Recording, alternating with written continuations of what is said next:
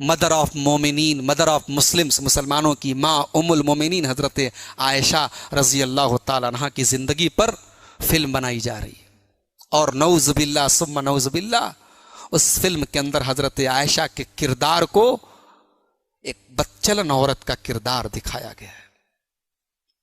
مسلمانوں، یہ وہ شخص، یہ کام کوئی غیر مسلم نہیں کر رہا ہے، یہ سو کالڈ اپنے آپ کو مسلمان کہنے والا ایک شخص ایسی فلم تیار کر رہا ہے، میڈیا کے سامنے اس کا انٹروڈکشن کر رہا ہے اور یوٹیوب پر اس کا ٹریلر ڈال رہا ہے۔ یہ حالات ہیں آج ہندوستان کے، یہ حالات ہیں آج دنیا کے۔ لا تقوم الساعہ، قیامت نہیں آئے گی حتی تلحق قبائل من امتی بالمشرکین، جب تک میری امت کے لوگ مشرکوں کے ساتھ مل نہیں جائیں گے۔ وحتی یعبد الاوثان، اور یہاں تک کہ میری امت کے اندر بھی بت پرستی ہوگی۔